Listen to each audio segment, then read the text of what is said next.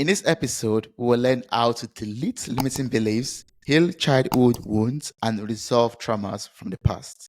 Helping us with this is a belief therapist, subconscious pattern detective, author, and the founder of Clear Beliefs Institute. Welcome to the show, Lion. How are you doing? Thank you, Toby. I'm doing really well today. So it's a beautiful day in California. I'm very happy to be here with you. Thank you so much for joining me on this episode for Soulful Conversation. I'm happy that you tuned in all the way from California, and I'm looking forward to learning so much from you. Like I said, or asked just for clarification before we started recording, I was asking about your net death experience, and I would like you to talk about that. Like I was reading that you were shot in the head 4 times when you were 26 years old, and 8 hours after that event, you were talking to the would-be assassin. Like, can you share this near-death experience with us and how that happened that you were talking with him afterwards? Sure. First of all, I was the reason I got into this circumstance is I was a traveling salesman, and I would often stop and help people whose cars had broken down, and I was just a good Samaritan on the road. And I was traveling through the desert between Las Vegas and Los Angeles, and I came across this young man whose car had broken down in the middle of the Mojave Desert. It was about 110 degrees out. And so I stopped and I said, can I help you in any way? He said, my car's stopped. I don't know what to do. I just put $200 into her and now she won't start and I don't know what to do. And he looked desperate. And I said, well, I'm heading into LA. Do you want to ride? And he looked at me kind of funny. He said, yeah, okay. And he brought his stuff, duffel bags and suitcases and stuff into my van. I was driving an RV van. It's a large van made into an RV. And we ended up traveling together for 3 days. I took him under my wing. I gave him some clothes to wear, clothes were kind of raggedy. And I bought him food because he didn't have any money. And so I just took him under my wing and I grew to trust him and had him go and get the car washed or gassed up while I was in a store selling my wares. So the trust was built over a few days. And then the third night out, we were camped out in the middle of nowhere, east of LA. And suddenly there was an explosion and I felt something hit me in the head. And I thought the gas stove, I was in this kind of crouched position between cabinets, moving things around. And so I felt this blow on my head and I looked up to the gas stove because I thought it had exploded and it was intact. And then when I looked to my left, I saw him in the front seat with a gun pointed at me from the front seat. And I realized I had been shot. That was a surprise because I trusted this young man and suddenly I was, I was getting shot and my head hurt, but I was otherwise intact. And I was confused. And I said, are you shooting at me? And it's like, really? This is weird. And I thought, okay, he's warning me. He wants to steal my stuff. And at that point, I thought, sure, take it all. Like, yeah, take everything. Just leave me naked outside. That's fine. As long as I have my life, that's the only thing that's important. Everything else I could give up. And then he shot again. And I realized he was not warning me. He was planning to kill me. So the second bullet missed me by a fraction of an inch. But I realized, okay, I'm stuck in this position. I can't move. I can't defend myself. He's 11 feet away with his hand propped up. I'm going to be dead soon. And when you're confronted with death, you have to decide how you're going to respond to death. And I didn't want to die angry or upset. I wanted to die in peace. And so I basically went into a meditative state and began preparing for death. And the first thing I did is I wanted to die clean without any leftover stuff from the past. So I went through my life backwards, kind of like a reverse movie reel, to ask for forgiveness for anyone that I had hurt and to forgive anyone that had hurt me. Because I knew enough about death and dying that if I could forgive everyone and be forgiven, I could die clean, right? Without the past coming with me. And so I did that, and in the middle of that, he shot a third time. And again, the bullet missed me, but by a fraction of an inch. And so when I completed that, I was already sort of starting to go outside my body. And around this time, time was very weird when you're in this state. So I don't know exactly how many minutes went by or seconds went by, but I was outside my body looking down at this scene in which there was this van and these two people doing this thing, and it was kind of amusing at that point. I was point consciousness. I could see everything like 360 degrees around me, and it was like looking down into a dollhouse of seeing these little people doing these little things. It was kind of amusing. And I was also reaching up to God, to Source, and saying, "Okay, I'm ready to come home." It's like, what else can you do? You can get angry or be upset about it, but it's inevitable. So you might as well accept the inevitable. And so I was reaching up with my heart and opening my heart to God's Source. And it was for sort of like a golden honey light coming down and welcoming me. And then the fourth bullet rang out, fourth time. And this time my head was thrown violently sideways and blood was rushing down from my head. And I was back in my body, which I thought was weird because I'm supposed to be out of my body when I die, but I'm back in my body. And I'm experiencing this, the pain in my head and the blood rushing down, and I'm kind of confused. But I also feel intact. Now, I had studied physiology and psychology and anatomy, and so and brain science. So I knew that if the bullet had gone through, I should be missing something important. And I was looking around, kind of checking myself out, and nothing seemed to be missing. My thoughts were okay, my emotions were okay, my body was okay, my awareness, my sensations.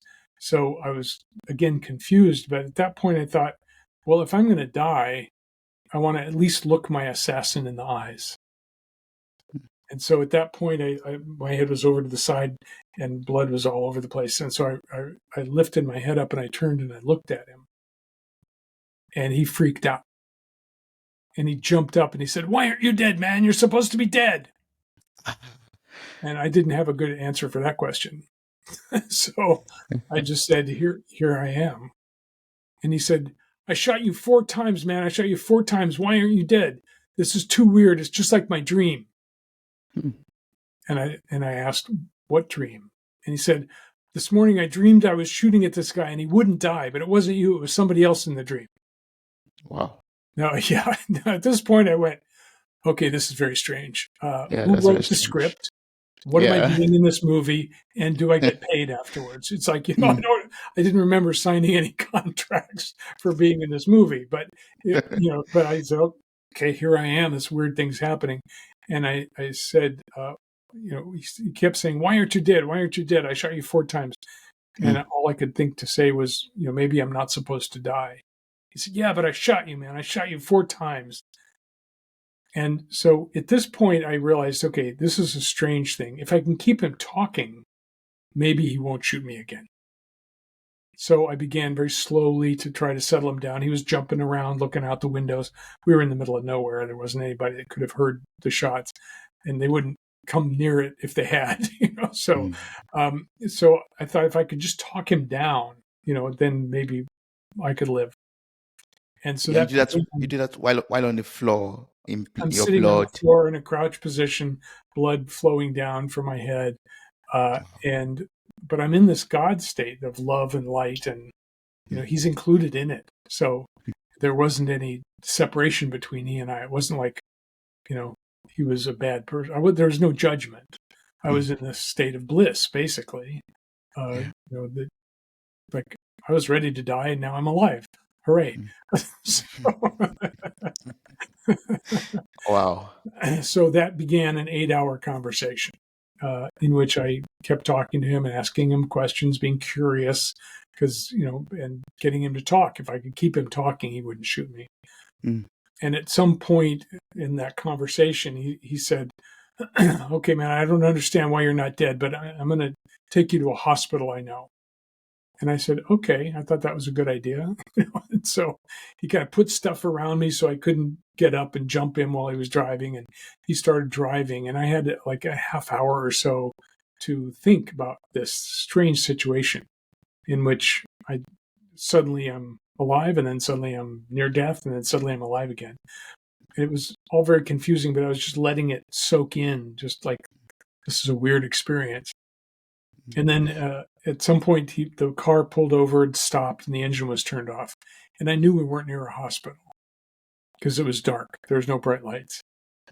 And after a couple of minutes of silence, he came back and sat next to me while I'm still in this crouch position with a gun in his hand. He said, I can't take you to the hospital, man. I have to kill you. Why? And I said, oh, why is that?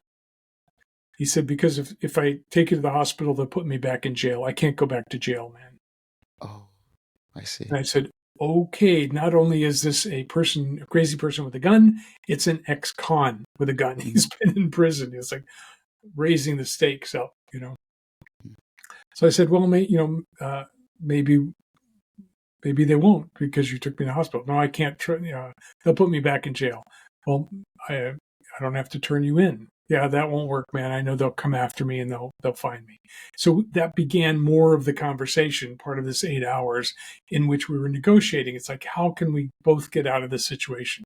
Clearly, he didn't want to kill me anymore. He had a change of heart. And so it was really just a problem-solving issue then. It's like, how do we get out of this? Why was he trying to kill you earlier? Was it to I steal your asked him that properties? question. I said, why did you decide to do it? He said, well, when my car broke down, I realized I needed help. I couldn't, I didn't have any resources. I needed to kill whoever stopped for me and take their stuff. And that would get me out of this situation. He was basically on the run from some drug dealers who were after him for stealing money. Oh. So he was desperate, and whoever stopped, he was going to kill and take their stuff. And I volunteered, put my hand up, and said, "I'll be your victim." The Good Samaritan. Oh. That's sad. So eventually, we came to an agreement, Mm. and by this time, the blood had stopped, and I kind of felt that, and he didn't know why I wasn't dead. I didn't know why I wasn't dead. I thought the bullet had kind of gone and surfaced, but I was intact. Mm. And so we eventually agreed that I would let him go and he would let me go. I wouldn't turn him in and he would never do anything like that again. That was our agreement. We went to a place that he knew. I gave him what money I had and some jewelry to sort of help him out. And we shook hands and he looked at me very strangely. And I kind of said, good luck. And we went, this is too weird. And I took myself to the hospital. Mm. And in the emergency room, the doctor said, you're a lucky man. 2 bullets bounced off your skull. They grazed you. Oh. And I went, oh, and I knew I wasn't lucky. I knew I was blessed. This was a Yes. blessing to be alive. God's blessing. Yeah. And I kept my agreement, and I believe he kept his. Wow. That's an adventure. That's like a whole movie already that you just narrated. It is. In fact, it's been made into a movie. If you read the story on my website, liongoodman.com, you'll get to a place where there's a link to the movie that was made based on the story. And interestingly, to make the movie, they turned it into his point of view rather than mine. He was the main character, not me. So the movie's a movie. It's not what happened, but it won best film at a film festival. Oh, that's awesome. I'll place the link to your website in the show notes of this episode for anyone who wants to watch the movie. The link is there to the movie. Yeah, the link is there to the movie. Awesome. Thank you so much for sharing that near experience. I mean, it's not everyone that gets to experience that, and I believe this experience taught you a lot of things, changed your life, and made you who you are today. I believe. Indeed, it did. It's a way of becoming awake, but I don't recommend it as a path to other people. Not everyone will want to go on that path. No, it's not a great path to follow. And how did it change your life? You having experienced all of that, leaving your body, seeing yourself and the assassin from a different plane, and getting back into your body, having to speak with him 8 hours after he shot you 4 times, going to the hospital, healing, all of that experience. How did it transform your life? Well, I now specialize in transformation because it did transform my life so much Mm. that I thought, everybody should have a chance to do this without being shot. So, so Yeah. I had been studying consciousness and psychology and physiology, in college. This happened shortly after college, and I didn't know what to do with all of it. I just knew I needed a job, a real job, and so Mm. I got a job as a headhunter. After having my head hunted, I thought that was ironic, So, Goodness. Yeah. so so I was helping companies find people, and it turned out that that was a great career for me. I was very sensitive and awake and alive, so I could tell when people were right for each other.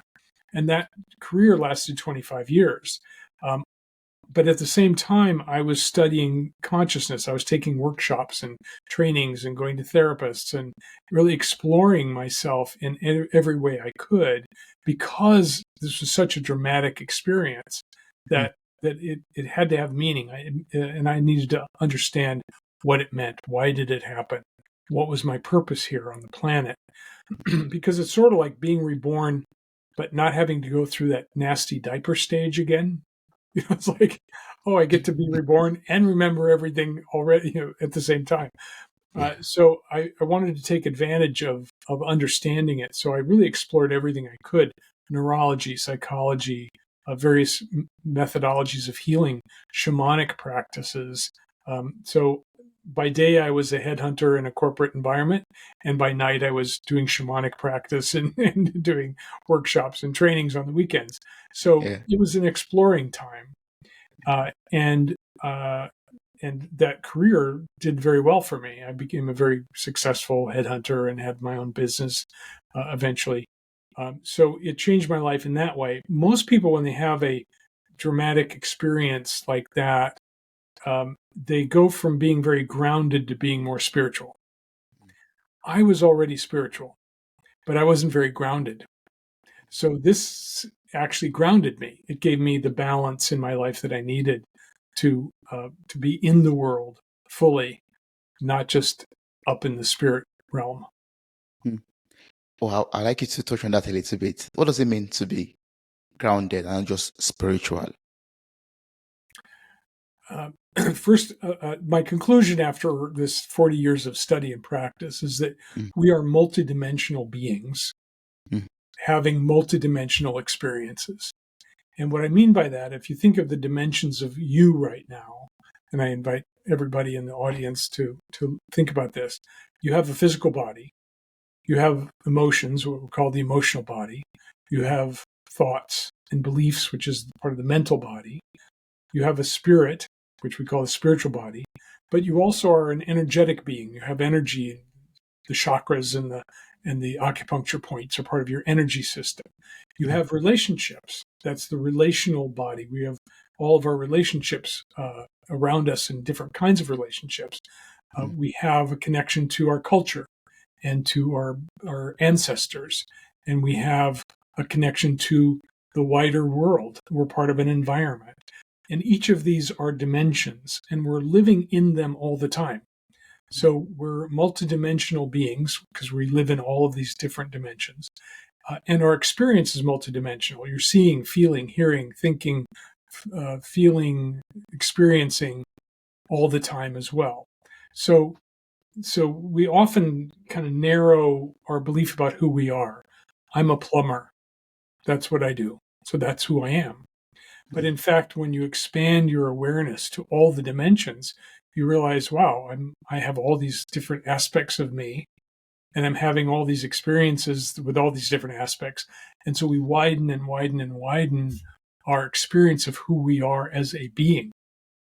And so the more you explore all those different aspects, the bigger you become in the sense of who you are.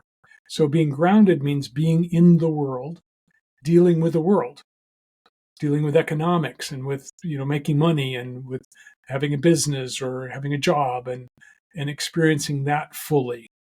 Being a spiritual being is having connection to God or source or whatever you want to call it, the universe, the void, the big whatever it is, Yeah. and having a direct connection with that part of your life. Being an emotional being is being in touch with your feelings and knowing what you're feeling at every moment and being able to respond well to others. That's our responsibility, our ability to respond. Being a social being, having friends and family and children and parents. So the more you are awake to all of those experiences, the bigger you are as a being in the world. And you can talk to anyone and be with anyone, whether they're a poor person on the street or an executive. We're all just people. We're all multidimensional beings. And we all get stuck in particular parts of ourselves. We get stuck in our beliefs. We get stuck in who we think we are. And so my work is in opening up those stuck places so that we can experience the bigness of who we are. Oh, I love that. I mean, being connected or being, in direct, I won't say direct connection, but being connected to God, or being connected to our feelings, being connected to our finance, our career, being connected to our friends, our relationship, our loved ones, our partners. That makes us balance. Like it's not just being on one side saying, "Oh, I'm spiritual," like you said earlier, and I only want to talk about God and only want to talk about the spiritual things.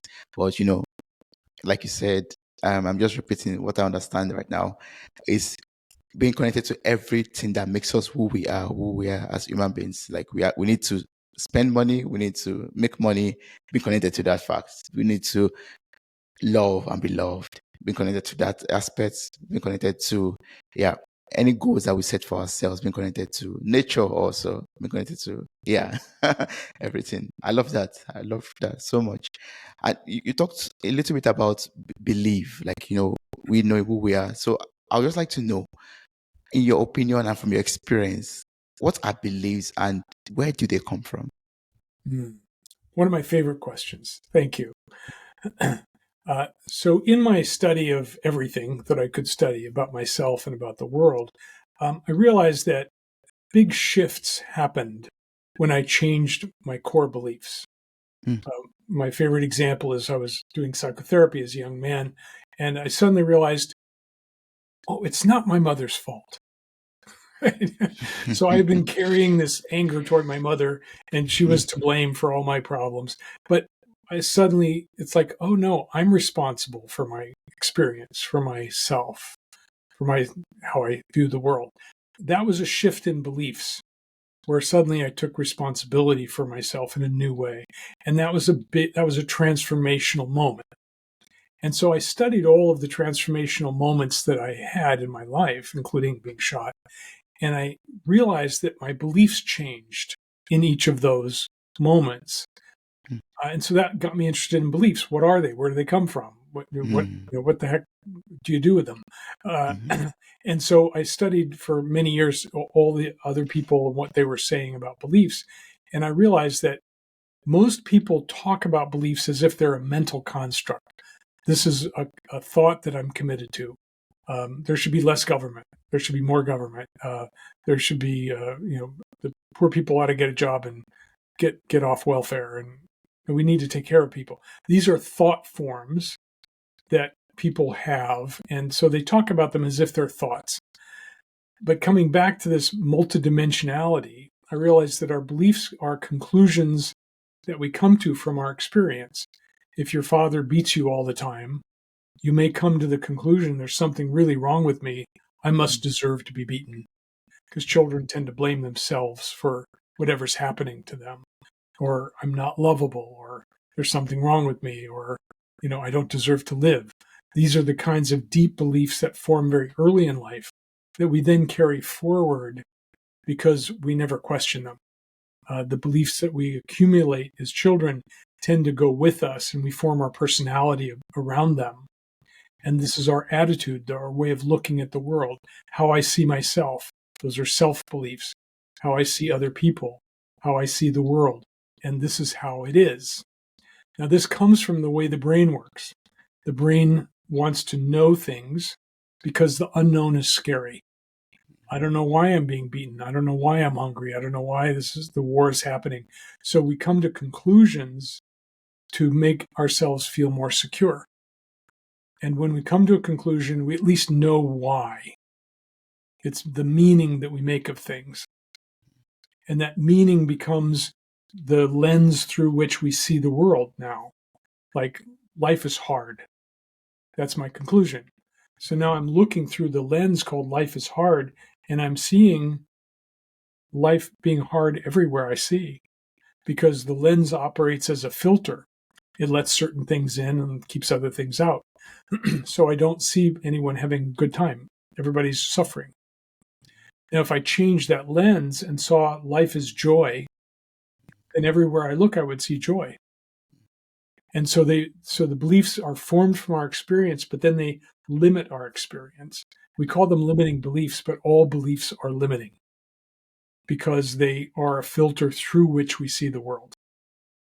And so they're basically the infrastructure of the mind. The mind is made up of these conclusions and beliefs. Some are indoctrinated into us. You're a sinner. You're a piece of crap. You don't deserve to eat this food. You're a wonderful child. You're a golden child. You're a perfect child. So all the indoctrination we get, these beliefs start piling on top of each other, and they become who we are. Oh, you mentioned something right now that I want us to talk about, and that's about all beliefs are limiting. That means no matter how big the belief is, or you can achieve this great thing, it is still limiting, or it's limited to that big thing that you believe you can achieve. Right. Well, so the reason all beliefs are limiting is because they're conclusions about the universe. Mm, And the universe is huge and complex. mm, And so when I create a belief, even if it's a wonderful belief, like I'm a terrific person, mm. I'm closing off all the other possibilities. Like, yeah, I'm also an asshole sometimes. Yeah, or sometimes. or I don't like that guy, I deserve better, right? So Mm, when we so all beliefs are just basically a conclusion. They're taking the whole universe and cramming it into a small space and saying this is the way it is. mm, Now we know that, for example, religious beliefs or political beliefs can really jam someone up. They get really stuck in that mm, belief and they see through that belief system and they can't see anything else. In the United States, if you try to talk to a Republican about Democratic point of view, they just don't get it. And the vice versa. The same is true of the other. Or if you talk to a Christian about Islam, they know that's false belief, right? mm, And you mm, talk to someone in Islam about Christianity, they go, no, that's false belief. mm. So Yeah. people get stuck in their beliefs. It limits their possibilities. And my interest is in unlimiting our possibilities. How do we clear the beliefs and see them as temporarily useful rather Mm. than true, right, good, not wrong, bad, false? Yeah. So how do we do that? How do we transform our lives by clearing these beliefs, deleting these beliefs that, defeat us or that hold us into a confined space? How do we do that? Well, this is the result of the study I've done for 40 years. Mm, I've put all of the techniques that work really well for clearing beliefs into the clear beliefs method mm, of trauma informed therapeutic coaching. And that's what I mm, teach to coaches, therapists, healers, doctors, and consultants around the world. Now, I mm, have over 600 people who have gone through the program and now use these techniques to help people free themselves from these old beliefs. So there's many different techniques. I offer about 20 different techniques that all integrate together. mm, So there's not just one way. Many people have their favorite way of clearing beliefs. The problem is that most techniques that have been developed for clearing beliefs clear them as mental constructs. So, ooh, okay, just change your mind about it. Just have a different belief. Well, that's mm, okay, except the old belief is still there. And so you're trying to put new beliefs on top of old beliefs. Like, mm, say, affirmations. Say this affirmation 20 times a day, and magic will happen. You'll change. Well, that changes the belief at the mental level, but it doesn't change it at the emotional level, the physical level, the subconscious level, the collective unconscious level, the spiritual level. It's a technique that works with one dimension mm, of the belief. mm, Or just beat on a pillow and get rid of and crush that belief. That's a technique that many people use. great. It clears it emotionally, physically, maybe energetically, but it doesn't clear it from the subconscious mind completely, or the spiritual mind, or the physical mind. Right? So Yeah. every technique has a kind of a certain approach to make changes. But what I've found is that because beliefs are multidimensional, Mm. because they come from our multidimensional experience, they have to be cleared multidimensionally. And that means it's cleared from the body, the mind, the spirit, the emotions, the history, the memory, all aspects of the self. And so Yeah. when you clear it that way, it's gone and it doesn't come back. And Mm. people in my sessions with them, they'll say, "Oh my God, I've been carrying that burden my whole life, and now it's gone. How did you do that? It's only been one session." And so that's the secret sauce. My magical formula for clearing beliefs is that Yeah. you do it multidimensionally so that it's experienced fully and cleared from all those dimensions at once. Yeah.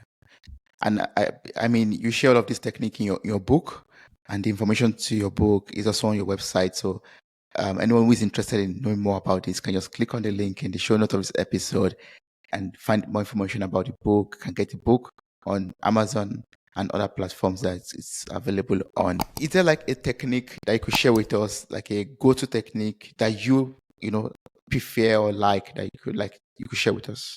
Absolutely. What I'd like to do is to demonstrate that our beliefs create our feelings. Hmm.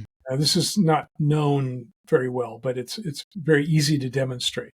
So what I'd like you to do, Toby, and everyone who's listening, is to close your eyes and feel what it feels like to hold the belief there's something wrong with me. Say it to yourself as if it's 100% true. There's another part of you that knows it's not true, but just set that aside and just feel what happens in your body when you believe there's something wrong with me. And so, Toby, just express whatever you're noticing in your body. A little bit of resistance to that. Yeah. I'm sorry, I missed what you said. Would you say it again? Yeah, just a little bit of resistance to that Resistance fact. to the belief. Yeah. Okay, good. So just thank the resistance for being there, and Mm. just say, it's good. I know that it's not a fun belief to have. I just want to explore and experiment with this belief. So what would it feel like if I believed there's something wrong with me? Or I'll feel bad about it. Yeah. Yeah. And where do you notice that bad feeling in your body? How does it express itself in your body? Mm. I think it just makes me feel a bit down, like not so energized. Yeah. Good. And where do you notice the down feeling? Uh, where if you scanned your body for that sense of down, where Mm. would that be? I think it's in like my belly region down Mm-hmm. there. Yeah. Good. Good. Just put your attention on that belly region and the down sense, and as if it's a weight. And Mm. if you put that weight on a weight scale, how much would it weigh? Oh, I don't know. 0.5 kg. I don't know. It's fine. Whatever answer comes is fine. Yeah. Okay, good. So now I'd like you to imagine that you went into a clothing store and you took on a suit of clothes that made you feel this way, and you went, "Yuck, I don't want to. I don't want to wear this clothes." And so just Mm. take it off and toss it to the side. Take off the belief, take off the feeling, just toss the whole thing to the side. Okay, good. And now I'd like you to try on a different belief, a different outfit of clothing. And this one is, I am a sacred and worthy being. And I'd like everybody to try this who's listening. Feel what it feels like to hold the belief, I'm a sacred and worthy being. And just notice how your body feels now. Describe whatever you're noticing in your body. If I feel like a sense of sunshine. Mm, Yeah. good. We'll enjoy that for a minute. And just notice that different beliefs create different sensations in our body. Mm. And so you're welcome to open your eyes. And you can keep that belief on if you like it, or you can take it off and throw it away. It's up to you. You get to choose what you believe.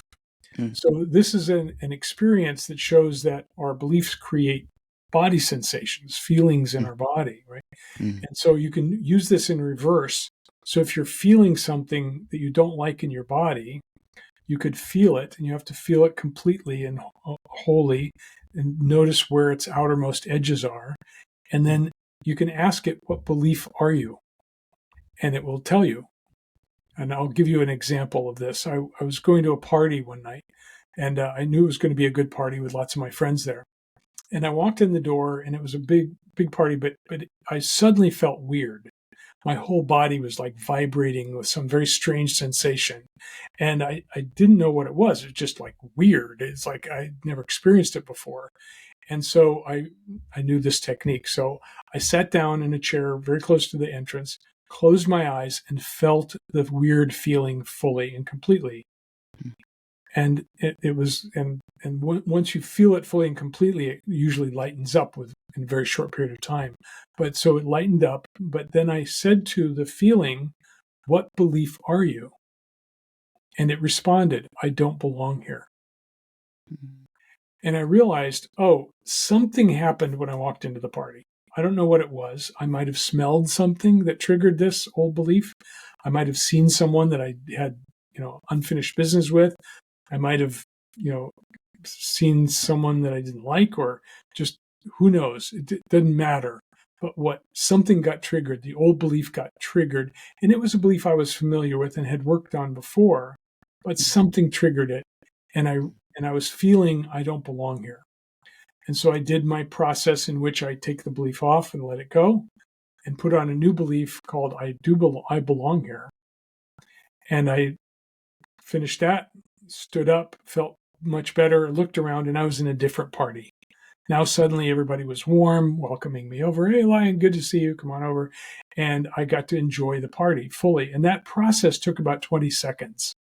mm. So you can change your state by changing your belief. And so there's a recommendation for everybody to just notice that when you have a belief when you have a feeling you don't like, find out what you believe, do a quick change of your belief, and you'll have a different experience. Yeah, but Lion, some people might be asking and saying, I mean, it sounds so easy, but in reality, it's not that easy. It's just shut your eyes and feel that belief that is not working for you, and then putting it off and putting on a new belief. I mean, it's with practice. I believe it's possible to do, but for a new person who's just trying this out, it could be very very difficult to shut his or her eyes and then pull that belief off. So, are there like some ways to help such a person, for example? Well, it does get better with practice. Mm, So if you think about the analogy of clothing in a clothing store, some clothing makes you feel good mm, and some clothing makes you feel bad. mm, Um, when you're wearing pajamas for bed, it mm. feels different than when you're wearing a business suit or an evening gown. Yeah. Yeah, yeah. So this is an analogy that the subconscious mind understands. Mm, And so you're speaking directly to the subconscious. That's what's happening is you're interacting with the subconscious in its own language. The subconscious speaks in feelings and sensations and often pictures. But you can ask it questions and it will respond to you in your own language. mm, So that's what I did is we ask the belief, the feeling, what belief are you? And the subconscious goes, oh, here it is. So it's really not that difficult when you start practicing it. The subconscious goes, I get the game, feelings, mm. outfits. Okay, yeah, okay, you could take that outfit off like you would at a clothing store and Yeah. throw it away and Mm, put on what would you like to believe? I'd like to believe something good about myself. And mm, so, what would that feel like? And what would that look like? And this is what makes it a multidimensional experience. Is it includes visualization and auditory and sensation and and activity with the mind. So it includes all the aspects of the mind. mind. So Yeah. so if you practice it, you will find that it gets easier and easier to do. Mm. Ah, yeah. Thanks so much for sharing that. And can we use the same techniques also for patterns, like putting off old pattern and putting on new patterns and saying, yes, I'm a new being. Yeah. Can you give me an example of a pattern that you would like to change? That's a very good question. What kind of pattern do I like to change? Which pattern? Let me think. I have to think for a minute. I would say maybe, oh, very simple one. Maybe pattern of going to bed late and waking up tired. That's a Great. one pattern I would like to change. Great. Yeah. Excellent. I know this one personally. So, so Yeah. it's easy for me to talk about. Okay. So this is a behavioral pattern. Now, Mm, to me, everything in behavior, everything in the world has a cause underneath it. And that cause is a core belief. And often it's two beliefs that are in opposition to each other. Two, or it can be more beliefs in opposition to each other. And mm, when you have two beliefs that are fighting with each other, you get stuck because what you resist persists. And so when two beliefs are resisting each other, mm, you get stuck in a pattern. mm. So let's use staying up late and feeling tired in the morning. So imagine that there's a part of you that loves staying up late. Why does that part love staying up late? What's the advantage of staying up late? I get to do more things, maybe answer more emails, get to finish up more tasks, and feel more productive before going to bed. Yeah, you have a smile on your face, so that's something enjoyable, right? Yes, yes, Okay. it is. Now, what's the part of you that wakes up in the morning and goes, I did it again. I shouldn't have done that? What part is that? Oh, that's the other part of me that would like to, you know, get up while the sun rises and, get to work, maybe get the exercise done, get everything done and get ready to start the day. Yeah, and that's a pleasant part too, right? That's like, Mhm. that would be joyful if you could do that. And now you've Yes. got two parts of you that are in battle because the part of you that wants to stay up is going, fuck you. I want to stay up. Yeah. And the part that wants you to get up in the morning and be productive is going, fuck you for staying up late. It's like I'm pissed off that you did it again, you bad boy. You know, so this is where a lot of patterns come from. There's these two parts of us because we have many parts of us, and Mm, parts work is part of the clear beliefs training. Um, so we can talk to the two parts and negotiate, navigate between them and say, I know you like to stay up late because there's so much interesting things to do. mm, And I know that you want me to get up early. And how can we negotiate here? How can we find a compromise that's good for all parts of us? So how about if I stay up until 12:30 instead of 1 o'clock? Would that be okay with you? I don't like it, but okay.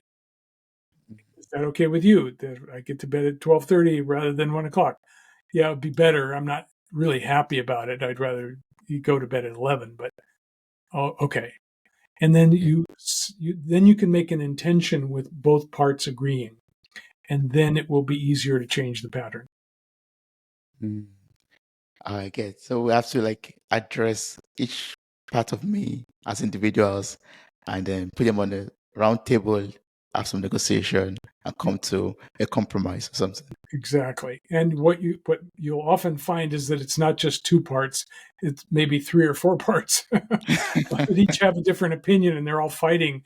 And so Mm, it's sort of like parts are like having a bunch of children in the back of the bus, and you're driving the bus and you're mm. going to a particular destination.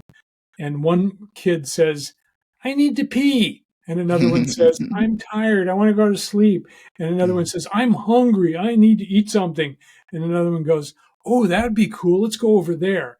And so a good bus driver will go, I know you need to pee, but you will stop in 10 minutes or so. And I know you're hungry. We'll get something to eat when we stop. And that would be fun to go over there, but we're going to a destination and we wouldn't get to our destination if we went over there.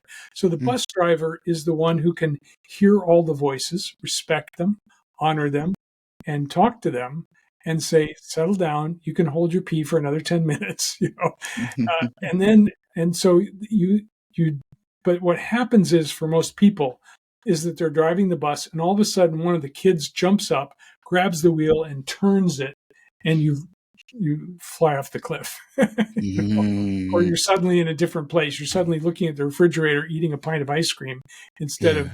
going to bed, right? Because Mm, one of those parts took over.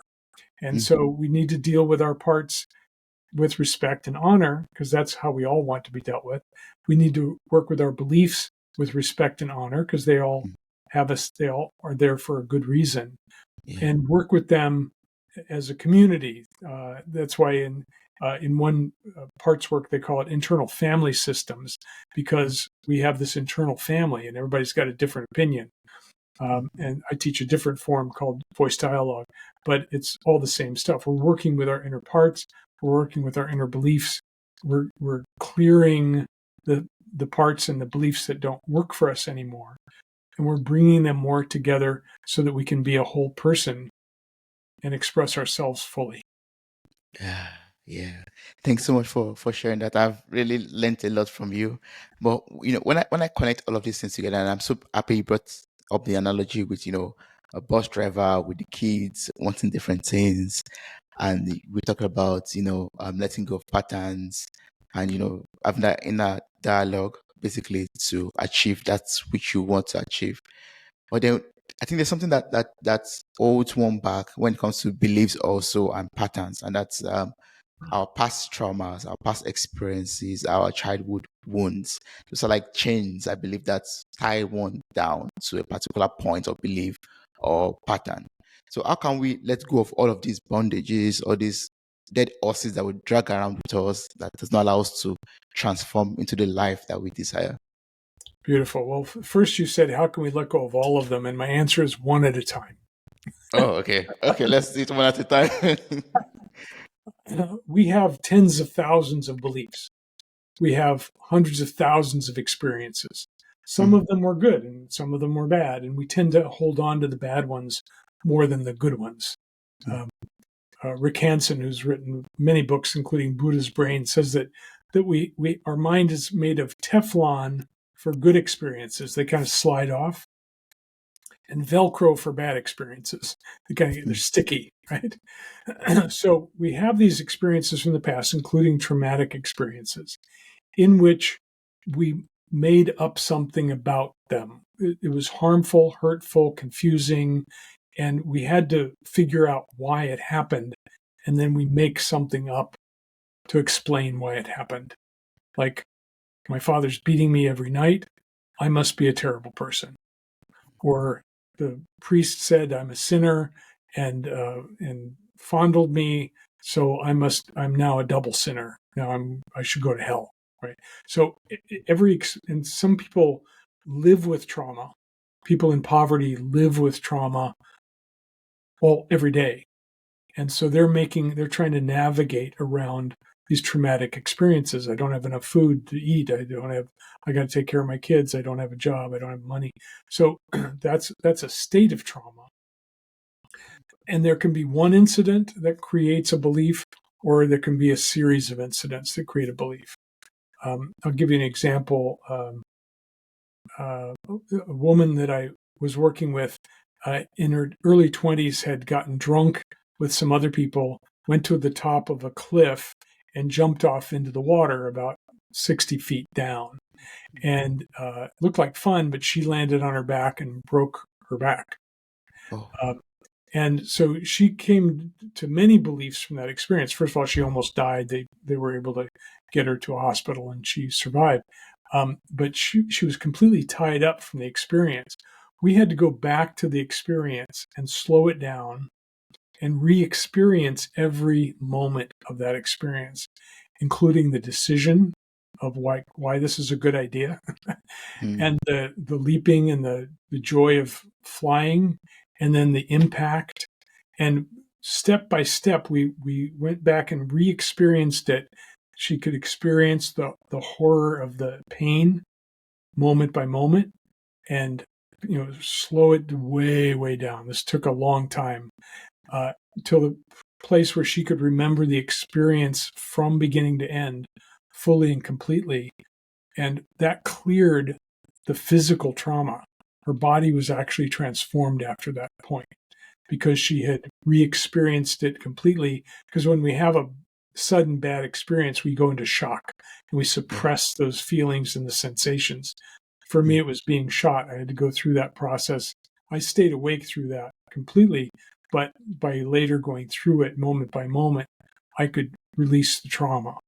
And so that's one of the techniques we use, is going back and re-experiencing the trauma completely and working with both the experience of the trauma and the conclusions that we made of it. So we can actually say, oh, that conclusion, I'm a bad boy, was not the right conclusion. It was that dad's being an asshole. You know? And so that is called memory reconsolidation in psychology. We're going back to earlier memories, deconsolidating them, taking them apart, changing what happened in memory and reconsolidating it in a new way. And so there's many forms of memory reconsolidation.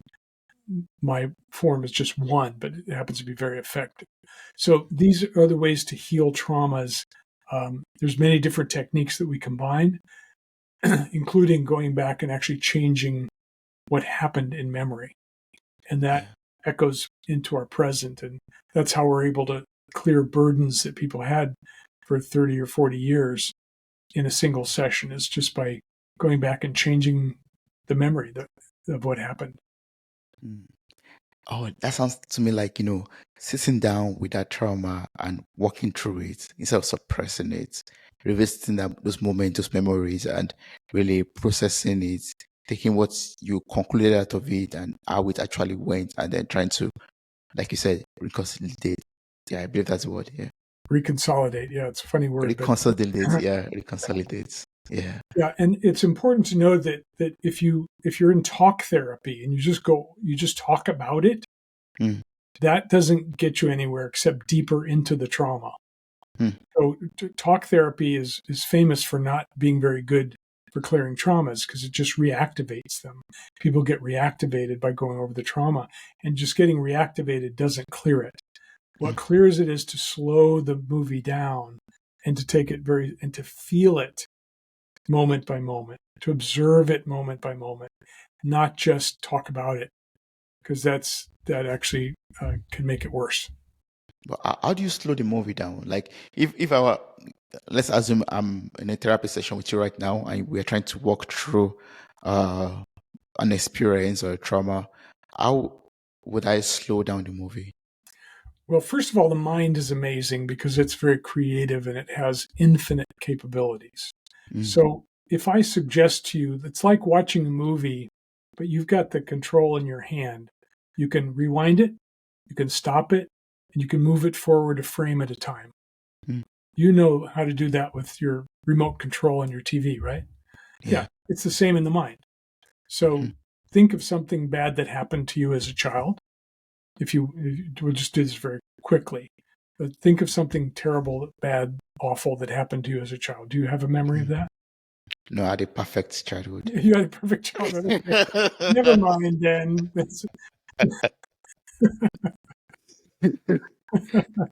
Yeah. Okay. Got one? Okay, Yeah, just go on. close your eyes. And I'd like you to rewind the movie back to before the bad thing happened. Okay. And what were you doing right before the bad thing happened? Like I was just playing. Yeah. Okay. So feel the joy of just playing, because that's the state that you were in before the bad thing happened. And now I'd like you to just one frame at a time go forward until right before the bad thing happened. And tell me when you're there. Yeah. Okay. Now, at that moment before the bad thing happened, what was the warning sign that something bad was about to happen?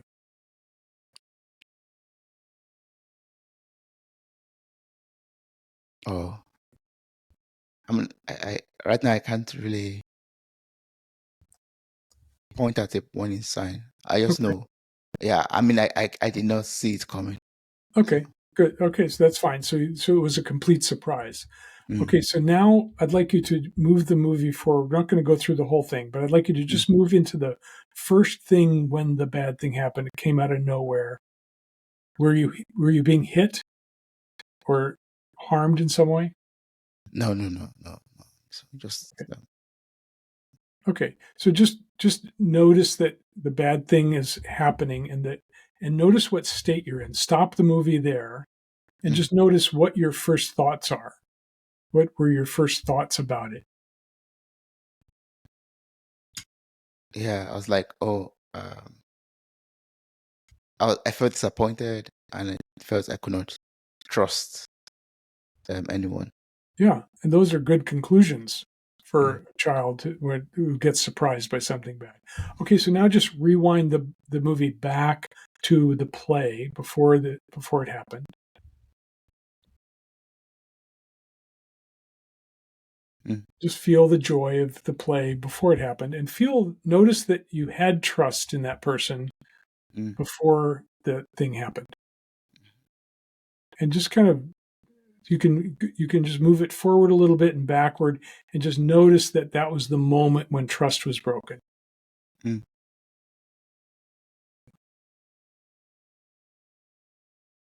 Yeah. And then rewind it back to the play, feel the joy of play, and open your eyes when you're ready. Mm, yeah. Yeah. So this is the moment where trust was broken or innocence was lost. And so, we could have, if we had had time and you were in a private session with me, we could have gone forward and explored it more. But that's enough to know that you can do that that's a Mm, technique you could use right now, is to go explore your own experiences. And it's good to do it with a therapist who's been trained in these methods, who can take you through it and be there for you. Because one of the things about trauma is that you usually feel alone or the victim. And so it's important to have someone there you feel safe with to do this work. If you are comfortable doing it yourself, it's fine. It's much better to do it with a practitioner who knows these techniques and can help you through it, because it's it's big stuff. It's big stuff in the mind. Um, yeah. but now you know you can use that technique to whatever extent you can in a comfortable way. Yeah. Thank you so much. I really appreciate this, Lion. Thank you so much for sharing this. Thank you so much for walking me through some of these techniques that you make use of. And I really appreciate the fact that we talked about, letting go of old beliefs, letting go of old patterns. If there's a way for other people out there to connect with you, maybe work with you closely, engage with you, what's the best way to do this? Good. Well, I do personal coaching, one-on-one coaching, and they can find out more at liongoodman.com. Mm, And under the coaching tab, they'll learn all about my coaching offers. And if they're interested in my training, they can go to clearbeliefs.com, and that will tell them all about my training in how to use these techniques for your clients. It's for practitioners, therapists, healers, coaches, anyone with clients. It works for any kind of client, and is transformative for everyone. Awesome. I'll place the links to your website in the show notes of this episode, liongoodman.com, clearbeliefs.com. Please visit those websites and engage with Lion. Get the book also. Engage in one-on-one sessions with him also, and maybe ask him some questions also. That would be so great. Thank you so much for this wonderful conversation. I really appreciate everything I learned from you. Thank you so much. Thank you, Toby. It's been a great pleasure to be with you.